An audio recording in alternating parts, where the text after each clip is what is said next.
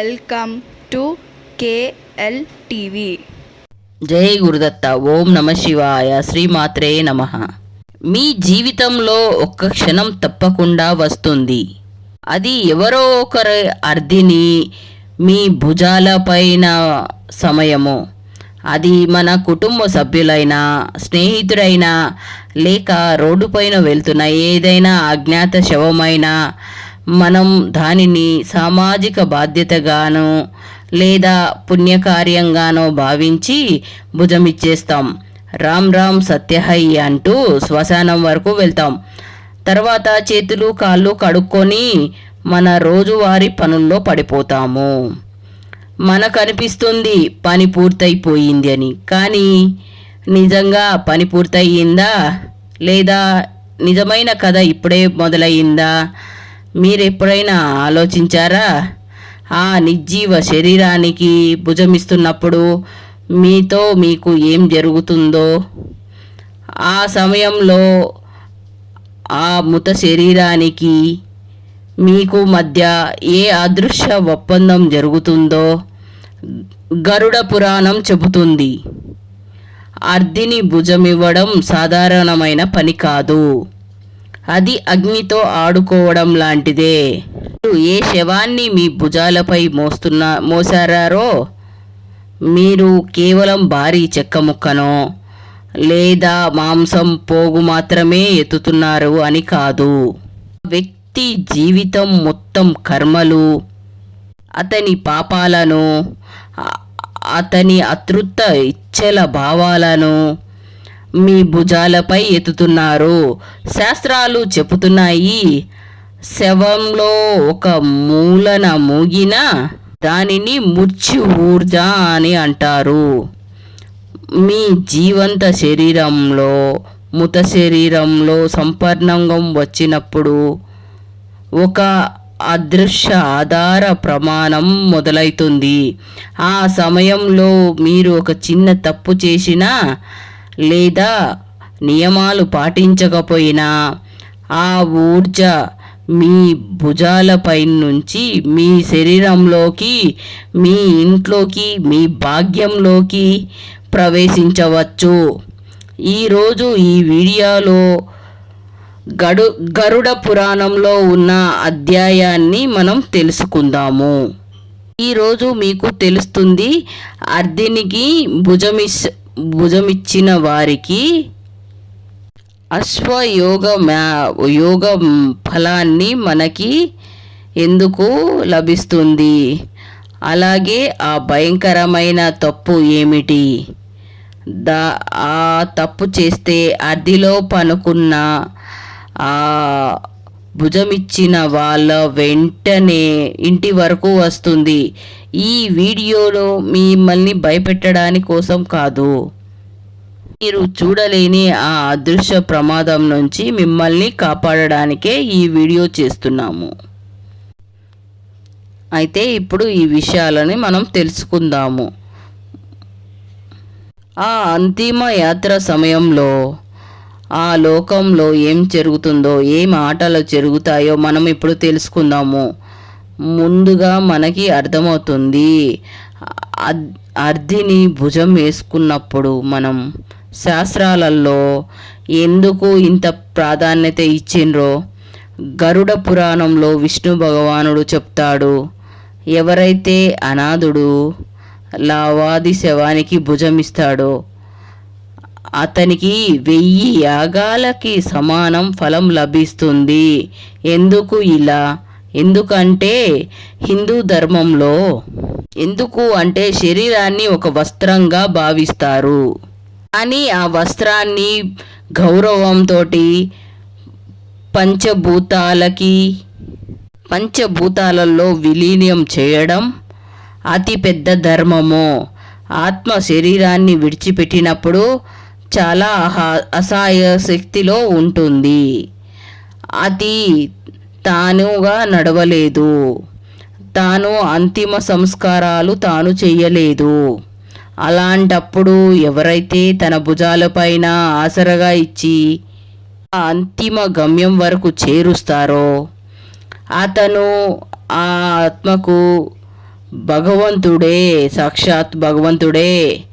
ఆ సమయంలో ఆ ఆత్మ ఆ వ్యక్తికి హృదయపూర్వంగా ఆశీర్వాదం ఇస్తుంది. చెబుతారు కదా, చచ్చిపోతున్న శాపము, ముక్తి పొందుతున్న ఆత్మ ఆశీర్వాదము రెండు ఎప్పుడూ ఖాళీగా వెళ్ళవు. ఈ ఆశీర్వాదం అంత శక్తివంతమైనది. మీ అనేక జన్మాల పాపాలను కాల్చివేసి బూర్ది చేయగలదు. కానీ దీని వెనక చాలా పెద్ద రిస్క్ కూడా దాగి ఉంది. సైన్స్ చెబుతుంది, ఊర్జ ఎప్పుడు హై లెవెల్ నుంచి లో లెవెల్ వరకు ప్రవహిస్తుంది. జీవంత వ్యక్తికి ప్రాణ ఊర్జ ఉంటుంది, శవానికి మృత్యు ఊర్జ నెగిటివ్ ఎనర్జీ ఉంటుంది. మీరు భుజమిస్తున్నప్పుడు జీవంత వ్యక్తికి ప్రాణ ఊర్జ ఉంటుంది, శవానికి మృత్యు ఊర్జ నెగిటివ్ ఎనర్జీ ఉంటుంది. మీరు భుజమిస్తున్నప్పుడు నాభా మండలం అంటే ఔరా, ఆ శవ ఔరా తోటి రాపిడి జరుగుతుంది. మరణించిన వ్యక్తి చాలా పాపిష్ఠుడైతే, లేదా అకాల మరణం జరిగితే, లేదా అతను చాలా కోపం, అసంతృప్తిలో చనిపోయినట్టయితే అతని నెగిటివ్ తరంగాలన్నీ మీ శరీరంలోకి ప్రవేశించడానికి ప్రయత్నిస్తాయి. ఇది ఒక రకమైన ఆధ్యాత్మిక శిక్షణ. తరచుగా చూసి ఉంటారు, శ్మశానం నుంచి రాగానే కొంతమందికి తీవ్రంగా జ్వరాలు వస్తుంది, లేదా వాళ్ళు చాలా అలసటిగా ఫీల్ అవుతూ ఉంటారు. వాళ్ళ శరీరం పగిలిపోయినట్టు అనిపిస్తుంది. మనసులో వింతైన ఆందోళనగా ఉంటుంది. ఇది సాధారణమైన అలసటి కాదు. ఇది ఆ శవం లోపల నుంచి వచ్చిన ఊర్జా వల్లనే మీ ప్రాణశక్తిని పీల్చేసింది అని అర్థము. శాస్త్రాలలో భుజం ఇవ్వడానికి చాలా కఠినమైన నియమాలు చెప్పారు. వాటిని పాటించడం తప్పనిసరి అని. మొదటి నియమం ఏమిటి అంటే, భుజము ఎప్పుడు విషమ సంఖ్యలో అడుగున నడిచి మార్చాలి. లేదా 10 అడుగులు 20 అడుగులు కాదు, విషమ సంఖ్యలో అడుగులు వేసి మరొకరికి అవకాశం ఇవ్వాలి. అలాగే అతి ముఖ్యమైన విషయము, మీరు భుజమిస్తున్నప్పుడు మీ మనసులో ఏ లౌకిక ఆలోచనలు ఉండకూడదు. భుజమిస్తున్నప్పుడు మీరు వ్యాపారం గురించి ఆలోచిస్తున్నారని, లేదా ఎవరితో ఫోన్లో మాట్లాడుతున్నారని, లేదా నవ్వులు జోకులు చేస్తున్నారా అని ఉంటే మీరు చాలా పెద్ద ముప్పుని ఆహ్వానిస్తున్నట్టే. ఎందుకు అంటే ఆ సమయంలో ఆ ఆత్మ అన్నీ చూస్తూ ఉంటుంది, అన్నీ వింటూ ఉంటుంది. దానికి అనిపిస్తుంది, ఈ వ్యక్తి నా దుఃఖంలో భాగస్వామి అవడం లేదు, బదులుగా నన్ను అవమానిస్తున్నాడు. అలాంటప్పుడు దానికి బదులుగా దాని ఆశీర్వాదం శాపంగా మారుతుంది. గరుడ పురాణంలో ఒక వ్యక్తి జోకులు వేసుకుంటూ భుజం ఇచ్చాడు. శ్మశానం నుంచి తిరిగి వచ్చిన తర్వాత అతనికి రాత్రంతా అనిపిస్తూ ఉండేది, ఏదో భారీ బరువు తన భుజం మీదే ఉన్నట్టు అనిపిస్తుంది. ఆ బరువు రోజు రోజుకి పెరిగిపోయింది. డాక్టర్లు ఏ వ్యాధి పట్టలేదు. చివరికి ఆ వ్యక్తి పిచ్చివాడు అయిపోయాడు. అందుకే అగ్నిని భుజమిచ్చినప్పుడు ఒక తపస్సుగా భావించాలి. దానిని ఆటగా భావించి ఆ తప్పులు చెయ్యకండి. ఇప్పుడు ఆ రహస్యాన్ని మనం తెలుసుకుందాము. ఆ రహస్యం తెలుసుకున్న తర్వాత మీరే ఆశ్చర్యపోతారు. గరుడ పురాణంలో మనం అద్దె తీసుకున్నప్పుడు వెళ్తున్నప్పుడు ప్రతి అడుగుతో మన పాపాలు నాశనం అవుతాయి చెప్పబడింది. పదే పదే అశ్వమేధ ఫలం లభిస్తుంది. అంటే ప్రతి అడుగుకు వేద యాగంతో సమానం. రాజులు ప్రతి అడుగుకు అశ్వయోగ ఫలము. పూర్వంలో రాజులు మహారాజులు వాళ్ళ పాపాలు కడిగేసుకోవడానికి, స్వర్గం పొందడానికి కోట్ల రూపాయలు ఖర్చు పెట్టి అశ్వయోధ యాగాలు చేసేవారు. కానీ కలియుగంలో భగవాన్ చాలా తక్కువ అవకాశాలు భగవంతుడు చాలా సులభంగా ఇచ్చాడు. ఈ కలియుగంలో ఎవరైనా చనిపోతే వాళ్ళని భుజపైన ఎత్తినప్పుడు వాళ్ళ బరువు పైన మీ పాపాలన్నీ నలిగిపోతాయి, మీ పాదాల కింద పడి. ఇది ఒక రకమైన ప్రాయశ్చిత్తము. ఇది ప్రకృతి నియమము. మీరు ఎవరి భారం ఎత్తినప్పుడు భగవంతుడు వారి భారాన్ని తేలిగ్గా చేస్తారు. కానీ ఈ ఫలాన్ని మీ మనసులో ఏ స్వార్థం లేనప్పుడే లభిస్తుంది. మీరు డిస్ప్లే కోసము, లేదా సమాజ భయం వల్ల, లేదా ఫోటోలు తీసుకోవడానికి భుజం ఇస్తున్నట్టు అయితే ఇది పుణ్యం కాదు, లేదా పాపం లభిస్తుంది. లేదా గరుడ పురాణంలో ఆ సమయంలో వ్యక్తి మౌనంగా ఉండాలి, లేదా ఆ వ్యక్తి భగవాన్ నామం జపించాలి. రామ్ రామ్ సత్యహై అని అనడం అత్యంత ఉత్తమమైనది. ఈ మంత్రం కేవలం ఇతరులకు వినిపించడానికే కాదు, ఈ ఆత్మకు, ఏదైతే మీరు ఎత్తిన ఆత్మకు, ఈ శరీరము అబద్ధం, పరమాత్మనే సత్యము అని గుర్తు చేయడానికే. ఈ ధ్వని అన్నది ఆ నెగిటివ్ ఊర్జకు ఒక కవచంగా పనిచేస్తుంది. ఆ వ్యక్తితో వెళ్తున్నవారు బీడీ సిగరెట్ తాగడం వల్ల, లేదా పాన్ నమలడం చేస్తే మహాపాపానికి భాగస్వాములు అవుతారు. అలాంటి వారితోటి యమరాజు చాలా కఠినంగా వ్యవహరిస్తాడు. శ్మశాన యాత్ర ఒక పవిత్రమైన యాత్ర. ఇది పిక్నిక్ కాదు. ఇది ఈ సమయంలో చేసిన ఏ అధర్మమైన కార్యమైనా మీ భాగ్యంలో తొందరగా ఎఫెక్ట్ గురి చేస్తుంది, భాగ్యం పైన దెబ్బతీస్తుంది. ఇంకొక చాలా పెద్ద రహస్యం దిశకు సంబంధించింది. మీరు ఎప్పుడైనా గమనించారా? అద్దెని తీసుకుని వెళ్ళేటప్పుడు వెళ్ళేటప్పుడు శవం తల ఏ వైపు ఉంటుంది? సాధారణంగా శవం తల ముందు వైపు ఉంచుతారు. శ్మశాన ద్వారం చేరుకున్న తర్వాత దాన్ని తిప్పేసి కాళ్ళు ముందు చేస్తారు. ఎందుకిలా? దీని వెనక కూడా ఒక లోతైన ఆధ్యాత్మికమైన సైన్స్ ఉంది. ఇంటి వరకు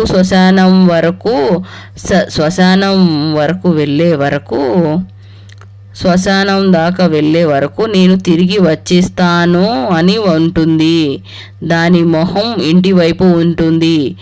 దాని ఇల్లు, దాని వీధులు చివరిసారిగా చూస్తూ ఉంటుంది. కానీ శ్మశానంలోకి తీసుకుని వెళ్ళేటప్పుడు కాళ్ళు ముందు చేస్తారు. అంటే నీ యాత్ర ముగిసింది అని అర్థము. ఇక ముందుకు వెళ్ళు, వెనక్కు తిరిగి చూడకు. ఆ సమయంలో భుజమిస్తున్న వ్యక్తి ఆ ఆత్మకు ఈ సందేశం ఇస్తున్నట్టు. ఏ జీవాత్మ ఈ లోకంలో సంబంధం తెగిపోయింది, ఇంకా పరలోకం వైపు నువ్వు ప్రయాణం అవ్వు. ఇది ఒక రకమైన మార్గదర్శనము. ఈ దశ మార్పు చెయ్యకపోతే ఆత్మ శ్మశానంలోకి ప్రవేశించడానికి భయపడుతుంది. భుజమిచ్చిన వారితోనే తిరిగి వచ్చే ప్రయత్నం చేస్తూ ఉంటుంది. ఇప్పుడు ఆ ప్రశ్న వస్తుంది, చాలామంది మనసులో ఉంటుంది, తండ్రి లేక అన్నయ్య అద్దెకి భుజం ఇవ్వడం వల్ల, ఏ అజ్ఞాత వ్యక్తికి భుజం ఇవ్వడం వల్ల ఈ తేడా ఉందా? గరుడ పురాణంలో ప్రకారం తండ్రికి భుజం ఇవ్వడం రుణం తీర్చడం, అజ్ఞాతుడికి భుజం ఇవ్వడం పుణ్యం సంపాదించడం. తండ్రి మిమ్మల్ని చిన్నప్పుడు తన భుజాలపై ఎత్తుకున్నాడు, మీకు ప్రపంచాన్ని చూపించాడు. అతన్ని చివరిసారిగా మీ భుజాలపైన ఎత్తినప్పుడు జీవిత చక్రం పూర్తి అవుతుంది. ఆ సమయంలో మీ మనసులో వచ్చే భావన మిమ్మల్ని మోక్షాన్ని దగ్గరగా చేస్తుంది.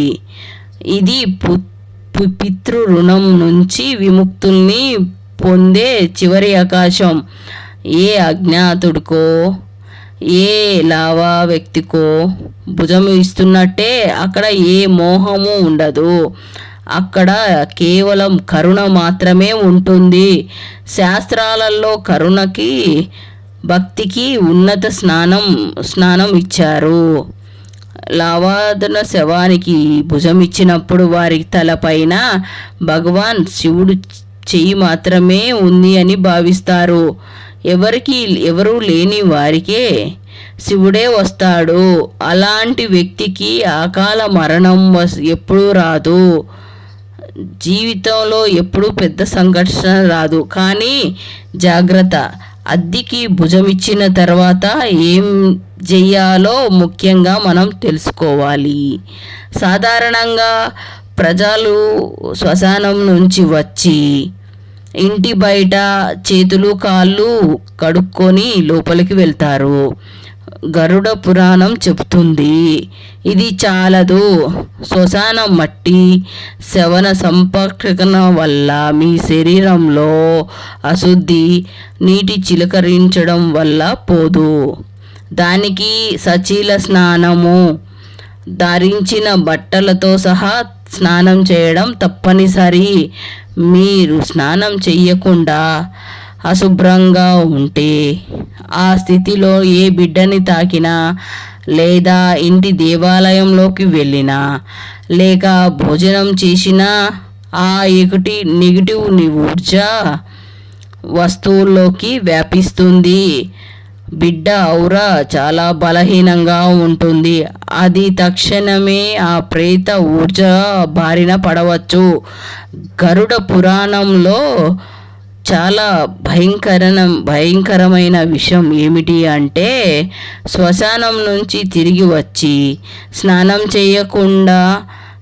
చేయకుండా భార్యతోటి సంబంధం పెట్టుకున్నట్టయితే దాని నుంచే పుట్టే సంతానము రాక్షస స్వభావం కలిగి ఉంటుంది. ఆ సంతానం పైన ప్రేత ఛాయ ఉంటుంది. వినడానికి వింతగా అనిపించవచ్చు, కానీ ఇది ఊర్జా సైన్స్. ఇది జీవ ఊర్జ సంభోగం, ఒకదానికి ఒకటి వ్యతిరేకం. మూర్తి ఊర్జ, జీవ ఊర్జ అంటే సంభోగం, దానికి ఒకటి వ్యతిరేకము. వాటి కలయిక వినాశనము. అందుకే శ్మశానం నుంచి తిరిగి వచ్చిన తర్వాత నియమం పత్తి నమలడం, ఇనుము తాకడం, అగ్ని దర్శనం చేయడం నియమం అన్నది కఠినం. అది శోకాన్ని మర్చిపోవడానికి చిహ్నం. ఈ ఇనుము శక్తి శిఖనము, దాన్ని నెగిటివిటీని కోసేస్తుంది. అగ్ని శుద్ధత శిఖనము, ఇది శుద్ధి చేస్తుంది. ఈ చిన్న చిన్న ఆచారాలు మనల్ని మూర్తిలోక ఊర్జని కత్తిరించి చివరిగా జీవలోకంలోకి తెస్తారు. మహిళలు భుజము ఇవ్వాలా? ఈ రోజుల్లో ఈ ప్రశ్న చాలా వస్తుంది. సమాజం మారుతుంది. చాలా చోట్ల కూడా కూతుళ్ళు కూడా అజ్జకి భుజం ఇస్తున్నారు. ఇది శాస్త్రాలకి వ్యతిరేకమా? గరుడ పురాణం వల్ల పురుషులకి కూతుర్లు కూడా అర్జానికి భుజము ఇస్తున్నారు. ఇది శాస్త్రాలలో గరుడ పురాణం ప్రకారము పురుషులకు మాత్రమే ఈ అధికారాన్ని ఇచ్చింది. కానీ దాని కారణం భేదభావన కాదు, రక్షణ. శ్మశానం ఘాట్ నుండి తంత్రక్రియల గడ్డగా భావిస్తారు. అక్కడ గాలిలో చాలా రకాల శక్తులు తిరుగుతూ ఉంటాయి. మహిళల శరీరాలు పురుషులతోటి పోలిస్తే చాలా ఎక్కువ సున్నితంగా ఉంటాయి. వాళ్ళ గర్భం సృష్టికి మూలము, ముత్యువు. వాళ్ళ గర్భము సృష్టి కేంద్రము. వారి వినాశక ఊర్జను పీల్చుకోవచ్చు. దానివల్ల వాళ్ళ ఆరోగ్యము, వచ్చే సంతానం వల్ల చెడు ప్రభావం పడవచ్చు. తిరుగుతున్న ఆత్మలు మహిళలని తమ స్వాధీనం చేసుకోగలవు. అందుకే మన ఋషులు మహిళలను ఈ కఠిన కర్తవ్యాన్ని దూరంగా ఉంచారు. కానీ ఎవరికైతే కొడుకు లేరు అనుకునే వాళ్ళు ప్రేమ కర్తవ్యం ముందు అన్ని నియమాలు చిన్నంగా పడిపోతాయి. ఆత్మకి స్త్రీ పురుషుడు అని భేదం లేదు. కూతురు సాహసంతో భుజము ఇస్తే భగవంతుడు దాన్ని కూడా స్వీకరిస్తాడు. కానీ ఆమె రక్షణకి చాలా పెద్ద శ్రద్ధ పెట్టాలి. ఇంటికి వచ్చి శుద్ధీకరణమైన కఠినమైన నియమైన పాటించాలి. ఇంకొక సిచ్యువేషన్ కూడా ఉంది, దాని గురించి కూడా తెలియాలి. ఎవరైతే ఆత్మహత్య చేసుకొని చనిపోతారో లేదా ఏ దుర్ఘటన వల్ల చనిపోయారో, చాలా భయంకరమైన గాయాలతోటి చనిపోతారో, వాళ్ళకి భుజం ఇస్తున్నప్పుడు చాలా ప్రత్యేకమైన జాగ్రత్తలు తీసుకోవాలి. అలాంటి ఆత్మలు వాళ్ళు చాలా కోపంగా ఉద్రేకంగా ఉంటాయి. తమ మరణాన్ని అంగీకరించరు వాళ్ళు. అవి గందరగోళంలో ఉంటాయి. మీరు వాళ్ళు అర్ధి ఎత్తినప్పుడు అకస్మాత్తుగా చాలా బరువుగా అనిపించవచ్చు. చాలాసార్లు ప్రజలు అనుభవించారు. అర్ధి బరువు అన్నది అకస్మాత్తుగా ఎక్కువగా పెరిగిపోయింది అని. ఎవరు దానిపైన కూర్చున్నట్టుగా ఈ ఆత్మ వ్యతిరేకతనే. అది దానికి వెళ్ళడం ఇష్టం లేదు, తిరిగి వచ్చేయాలి అనుకుంటుంది.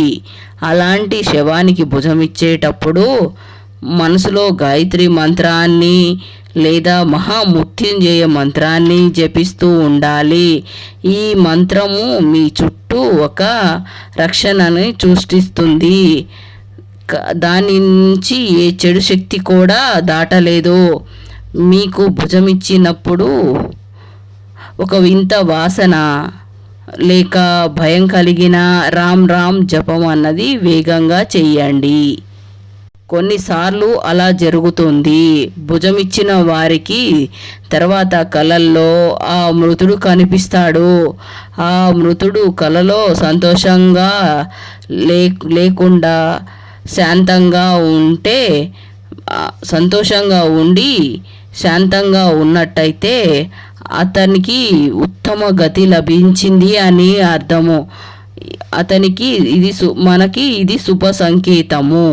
కానీ లేదా అతను ఏడుస్తున్నాడని, లేదా మీ నుంచి ఏదైనా అడుగుతున్నానని, లేదా వాళ్ళ వైపుకి మిమ్మల్ని లాగుతున్నట్టు అయితే ఇది ఆందోళన కలిగించే విషయమే.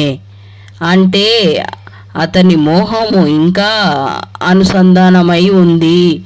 బహుశా మీరు భుజమిచ్చేటప్పుడు మీ మనసులో మీకు దుఃఖం, చాలా దుఃఖంగా ఉండి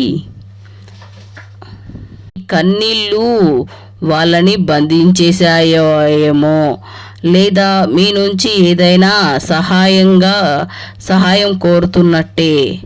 ఆ మృతుడి బంధువులు అన్నదానం చేయాలి. అలాంటప్పుడు ఆ మృతుడి పేరుతోటి అన్నదానం చేయాలి. లేక గీత 7వ అధ్యాయం పఠించి దాని ఫలాన్ని అతనికి సమర్థించాలి. దానివల్ల ఆ బంధం దిగిపోతుంది. స్నేహితులారా, అర్ది కేవలం చాలా చెక్క ముక్కల ఫ్రేమ్ కాదు. ఇది ఈ సంసారంలో చాలా కఠినమైన విషయము. అర్ది అన్న పదానికి అర్థము మతలబు. శరీరంలో ప్రాణం ఉన్నంతసేపు తమ తమ అర్థాలు ఉంటాయి, తమ తమ మతలబులు ఉంటాయి. బంధువులు, వ్యాపారము అంతా మతలబుతోటి నడుస్తుంది.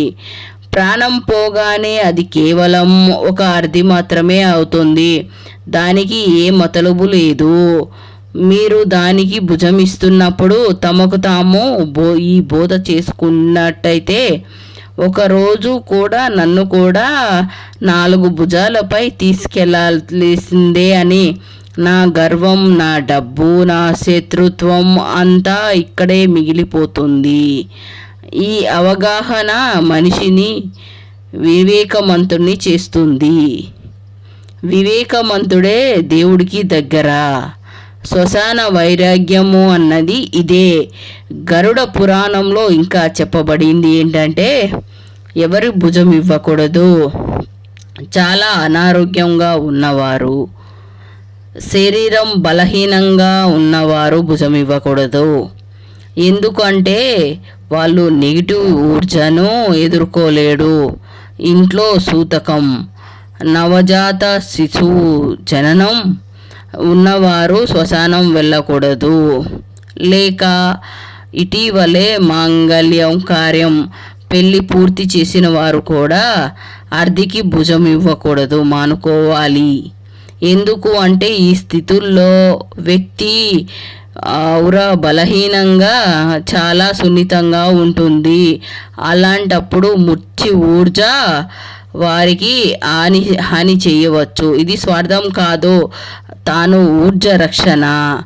ఇప్పుడు అలాంటి ఒక రహస్యం చెబుతాను నేను. దాన్ని చాలా తక్కువ మంది తెలుసుకున్నారు.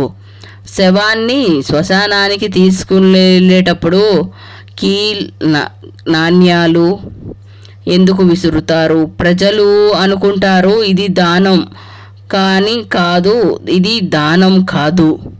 గరుడ పురాణం ప్రకారం శవాన్ని దారి పొడుగుతా ఇబ్బంది పెట్టకుండా లేదా భుజమిచ్చిన వారికి చెడు ఆత్మలు, భూతాలు, పిశాచాలు వాటన్నిటికీ ఇది లంచము. ఈ నాణ్యాలు విసిరి వాటి దృష్టిని మళ్లిస్తాము. తద్వారా శవయాత్ర నిర్విఘ్నంగా పూర్తవుతుంది. అందుకే అద్దిపై నుంచి విసిరిన నాణ్యాలను ఎప్పుడూ ఎత్తకూడదు. అవి శాపగ్రస్తమైనవి. వాటిని ఎత్తినవాడు దారిద్రం, వ్యాధులు ఇంటికి తెచ్చుకున్నట్లే. ఆ డబ్బు కాదు, ఆ శవం బాధలు.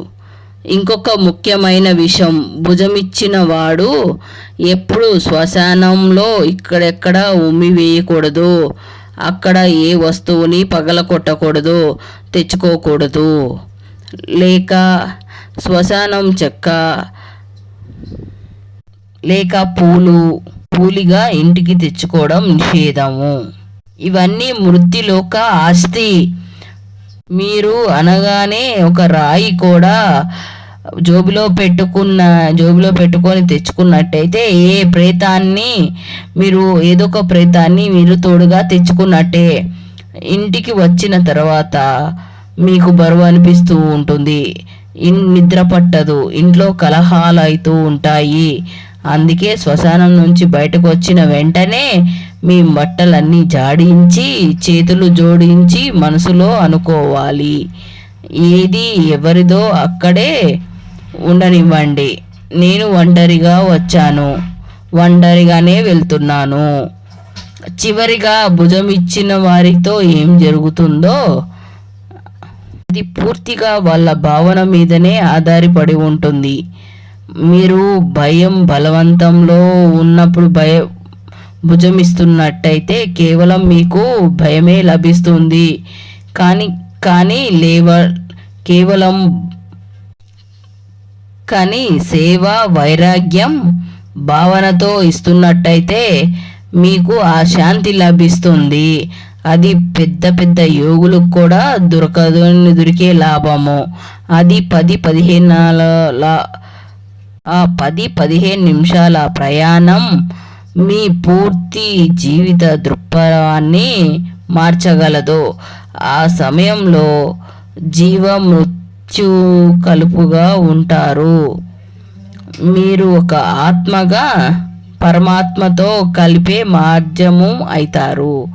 అందుకోసమే మరుసటిసారి ఎవరైనా మీకు భుజం ఇవ్వడం అవకాశం వచ్చినప్పుడు వెనక్కి తగ్గకండి. ఇది భయపడే విషయం కాదు, ఇది సౌభాగ్యము. కానీ అవును, నియమాలు తప్పకుండా పాటించండి, మౌనంగా ఉండండి, ప్రభు నామాన్ని జపించండి, తిరిగి వచ్చి స్నానం చేసి తమను తానే శుద్ధి చేసుకోండి. ఎందుకంటే మనం జీవంతులం. మనకి ఈ ప్రపంచంలో బాధ్యతలు నిర్వహించాలి, మృత్యువుని గౌరవించాలి. ఎందుకంటే మృత్యువుని ధరించకూడదు. గరుడ పురాణం ఈ జ్ఞానం మనకి అంధవిశ్వాసాలని చేయడానికి కాదు, మనల్ని జాగృతి చేయడానికి ఇది మనకి చెబుతుంది. జీవం మృత్యు మధ్యలో చాలా సన్నని గీత ఉంది. ఆ గీతని గౌరవించాలి. మీరు కొత్తగా నేర్చుకున్నట్టయితే మీ మనసులో ఏ భయం తొలగినట్టే అనిపిస్తే ఈ వీడియోని షేర్ చేయండి, లైక్ చేయండి, షేర్ చేయండి. ఎందుకంటే సరైన సమాచారమే అది పెద్ద రక్షగా ఉంటుంది. చాలామంది తెలియక చాలా తప్పులు చేసి చాలా ఇబ్బందులు పడుతూ ఉంటారు. మీ ఈ ఒక్క షేర్ని ఆ ముప్పు నుండి కాపాడబడుతుంది. మీ మనసులో కూడా ఈ ప్రశ్న ఉంటే ఏ భయం మీకు ఇబ్బందిని పెడుతుందో మీరు కామెంట్ రూపంగా కామెంట్ చేయండి. గరుడ పురాణం తిరగవేసి మనం ఈ ప్రశ్నలన్నిటికీ సమాధానాలు వెతుకుదాం. మనం మీ పితృదేవతల శాంతి కోసము మీరు ఎప్పుడైనా భుజం ఇచ్చినట్ల ఆ ఆత్మల కోసం కామెంట్లో ఓం శాంతి లేక ఓం నమ శివాయ లేదా ఓం నమో నారాయణ అని రాయండి. మీ ప్రార్థన తప్పక వాళ్ళకి చేరుతుంది. జై గురుదత్త. ఓం నమ శివాయ. శ్రీమాత్రే నమః. If you like this video, please like, share, subscribe. Thank you very much for watch this video.